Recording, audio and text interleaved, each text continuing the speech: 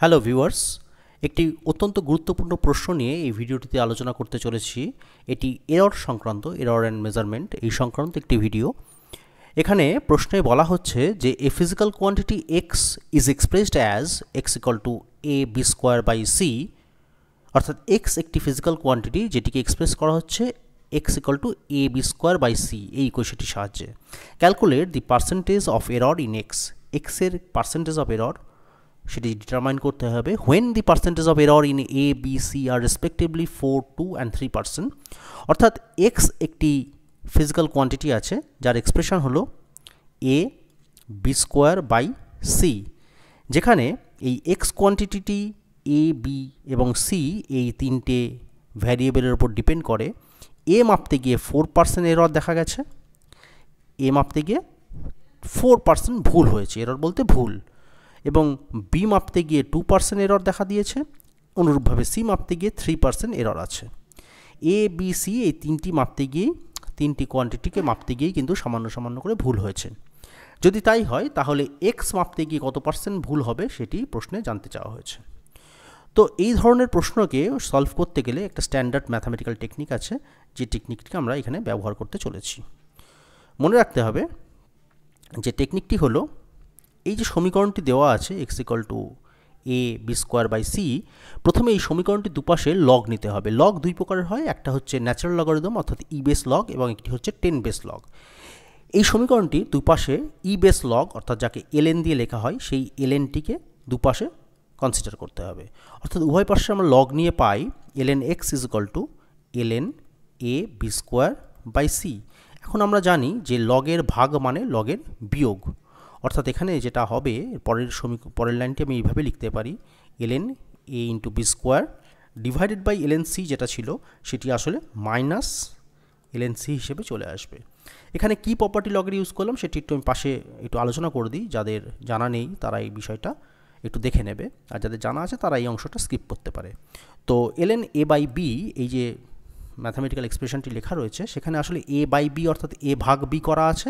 তো লগের একটা প্রপার্টি আছে, সেটা হচ্ছে কি, যে ভাগ থাকলে সেটাকে আমরা বিয়োগ হিসেবে ট্রিট করতে পারি। এলএন এ মাইনাস এলএন বি, অর্থাৎ যে ভাগ ছিল বি সেটাকে আমি কি করলাম, বিয়োগ করে দিলাম, এলএন বি করে দিলাম। তো এই প্রপার্টিটা এখানে আমি ইউজ করছি। লগের আরেকটা প্রপার্টি এখানে ইউজ করতে হবে, সেটি হচ্ছে যদি দুটি কোয়ান্টিটি, ধরা যাক এক্স এবং ওয়াই, এরকম দুটো কোয়ান্টিটি গুণ আকারে আছে, তাহলে গুণ থাকলে লগের যোগ হয়ে যায়, অর্থাৎ ln x plus ln y হয়। অর্থাৎ এখানে আমরা দুটো প্রপার্টি ইউজ করলাম, সেটা কি, প্রথমটা হচ্ছে লগের ভাগ মানে লগের বিয়োগ, এবং লগের গুণ মানে লগের যোগ। একইভাবে এখানে এই যে এ ইন্টু বি স্কোয়ার ছিল, সেটিকে আমি কী করে দেবো, ln a plus ln b square minus ln c. লগের আরও একটি প্রপার্টি এখানে ইউজ হবে, প্রথমে তো দুটো প্রপার্টি ইউজ করেছি, তো আরও একটি প্রপার্টি, সেটি কি, বি এর মাথায় যে স্কোয়ার রয়েছে এই স্কোয়ারটা আসলে লগের সামনে চলে আসবে। ওকে, তো সেটা যদি এখানে প্রয়োগ করা হয় তাহলে দাঁড়ায় কি, ln a plus 2 into ln b minus ln c. তো এইখানে আমরা লগের তিনটে প্রপার্টি ব্যবহার করে নিয়ে একটি ফাইনাল ইকুয়েশন পেয়েছি, সেটি কি, এলএন এক্স সমান সমান ln a plus 2 ln b minus ln c. So this is the main equation. যারা এই ভিডিওটি দেখছে আমি তাদের অবশ্যই বলবো যে ফিজিক্স এমন একটা সাবজেক্ট যেটা সবসময় লিখে লিখে পড়তে হয়। এটি কিন্তু ফিজিক্স পড়ার একটা খুব গুরুত্বপূর্ণ উপাদান, যে শুধুমাত্র ভিডিওটি কিন্তু দেখলে হবে না। আমি তাদের সাজেস্ট করব তারা যেন অবশ্যই এটিকে নোট ডাউন করে, আমি যা লিখছি সেটা যেন তারা খাতায় লেখে। তো না লিখলে কিন্তু পড়াটি অসম্পূর্ণ থেকে যায়। Ln x is equal to LN a plus 2 into ln b minus ln c, এই যে সমীকরণটি দাঁড়িয়েছে, এই সমীকরণটি আমাদের ম্যাথামেটিক্সটি বা এই প্রবলেমটি সলভ করার ফার্স্ট টেকনিক ছিল, ফার্স্ট পার্ট ছিল রাদার। এর পরের যে পার্টটি আসবে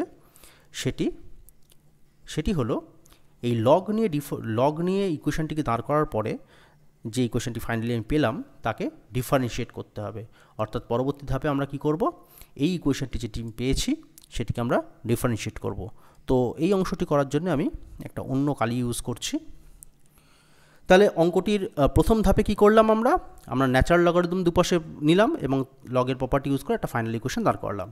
তারপরের অংশে কি করব, এই যে ইকুয়েশনটি এসছে তাকে ডিফারেন্সিয়েট করব। বোথ সাইডে ডিফারেন্সিয়েট করলে যেটা পাওয়া যাবে সেটি হলো লগ এক্সকে ডিফারেন্সিয়েট করলে আমরা জানি ডিএক্স বাই এক্স হয়। তো আমরা যেহেতু এখানে এরর ডিটারমাইন করছি, তো এখানে আমরা এটাকে ডি এর জায়গায় ডেল্টা দিয়ে লিখব, কারণ এটা measurable quantity. So it is delta x by x is equal to ln a কে ডিফারেন্সিয়েট করলে হবে ডেল্টা এ বাই এ, এবং একইভাবে 2 ln b একে ডিফারেন্সিয়েট করলে আসবে 2 ডেল্টা বি বাই বি, অর্থাৎ লগের যে পার্টটি আছে সেটাকে ডিফারেন্সিয়েট করলে সবসময় আমরা কী পাচ্ছি, delta a by a delta b by b এমন ধরনের টার্মগুলো পাচ্ছি। লগের ডিফারেন্সিয়েশন যে ফর্মুলা সেই ফর্মুলাকে অ্যাপ্লাই করা হচ্ছে। এরপরে আসছে খুব ইম্পর্ট্যান্ট একটি স্টেপ, এখানে একটা মাইনাস সাইন আছে, আমরা দেখতে পাচ্ছি এখানে মাইনাস সাইন এসেছিল। আমরা যখন এরর ক্যালকুলেশন করব তখন কিন্তু এই মাইনাস সাইনটি কনসিডার করা যাবে না, এই মাইনাস সাইনটা কিন্তু প্লাস সাইন হয়ে যাবে।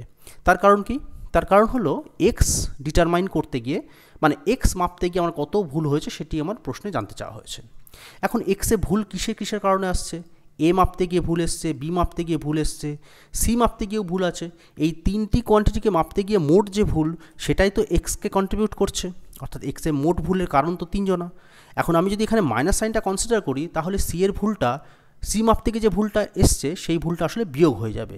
এখন সি মাপতে গিয়ে যে ভুলটা সেটা তো এক্সের ভুলটার পরিমাণ বাড়িয়ে দিচ্ছে, সেটা তো আর কমিয়ে দিচ্ছে না। সুতরাং সি এর এররটা কিন্তু আমরা, বা যে কোনো কোয়ান্টিটি যদি আমরা এই ম্যাথামেটিক্যাল ইকুয়েশনে মাইনাস পাই, সেটি কিন্তু ডিফারেন্সিয়েট করার সময় আমাকে প্লাস হিসেবে কনসিডার করেই আমাকে ফাইনালি অঙ্কটা করতে হবে। অর্থাৎ এখানে ln c এর আগে যে মাইনাস সাইনটা ছিল সেটা কিন্তু এরর অ্যানালিসিসের জন্য এটা কিন্তু প্লাস হয়ে যাবে, কারণ একটা ভুল আর একটা ভুলকে কিন্তু রিডিউস করে না, সেটা কিন্তু ইনক্রিজই করে।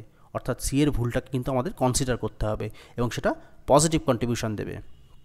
তো এরপরে কি বলা আছে অঙ্কটিতে, এ মাপতে গিয়ে ভুল কত হয়েছে 4%, সুতরাং ডেল্টা এ বাই এ এখান থেকে আমরা করে দিলাম এটাকে 4%। একই রকমভাবে বি মাপতে গিয়ে ভুল কত আছে 2%, so 2 multiplied by 2% plus c মাপতে গিয়ে ভুল আছে 3%, সো এখানে 3% কনসিডার করা হলো। সেখান থেকে হিসাব করে দাঁড়াচ্ছে 4% plus 2 into 2 that is also 4% plus 3%, so 4 plus 4 অর্থাৎ 8 প্লাস 3 মানে 11, অর্থাৎ এক্স মাপতে গিয়ে কত ভুল আসলো আলটিমেটলি 11%, অর্থাৎ এই অঙ্কটির ফাইনাল অ্যান্সার হচ্ছে 11%। আশা করি ভিউয়ারদের কাছে আমি পুরো বিষয়টা ক্লিয়ার করতে পেরেছি। তো যদি কারোর কোনো ডাউট থাকে অবশ্যই কমেন্ট সেকশনে জানাবে।